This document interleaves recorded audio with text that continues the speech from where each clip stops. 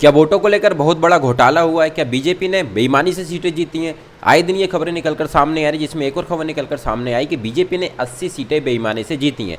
कैसे हुआ खेल? सामने आया सच वोटों के कथित घोटालों का मामला। पहुंचा सुप्रीम कोर्ट, बीजेपी परेशान, सीटों पर फिर काउंटिंग की उठ रही है मांग।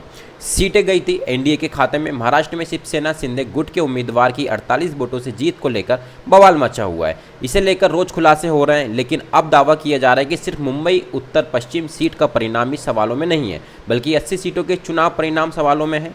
एडवोकेट नरेंद्र मिश्रा ने तो इसको लेकर सुप्रीम कोर्ट में याचिका दायर कर दी है।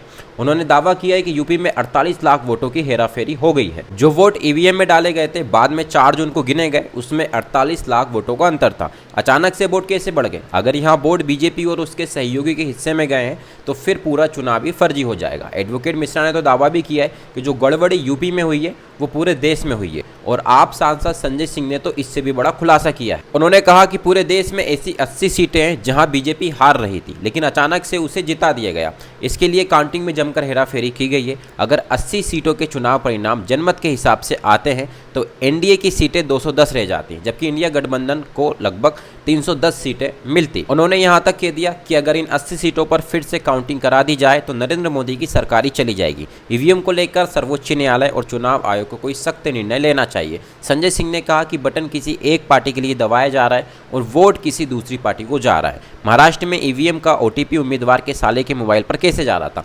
शिवसेना उद्धव ठाकरे गुट के जो उम्मीदवार जीत रहे थे उन्हें 48 वोटों से हारा हुआ घोषित किया जा रहा है, और वहां भी एनडीए उम्मीदवार की शिकायत पर 3 बार काउंटिंग कराई जा रही है, क्योंकि 2 बार की काउंटिंग में उद्धव ठाकरे की पार्टी का उम्मीदवार जीत रहा था। इसलिए तब तक बार बार काउंटिंग कराई गई जब तक हेरा फेरी का चुनाव परिणाम नहीं बदल दिया गया।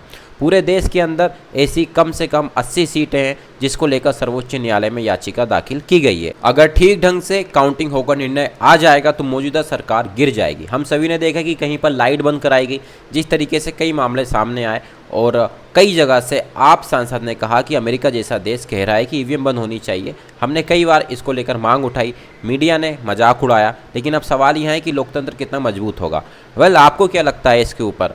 ये तो सब खबरें हैं, लेकिन सच्चाई क्या है क्या नहीं किसी को नहीं पता। आप क्या कहेंगे इसके ऊपर? कमेंट में जरूर बताइएगा, और ऐसी न्यूज़ के लिए हमारे चैनल को सब्सक्राइब कर लीजिएगा। Thank you.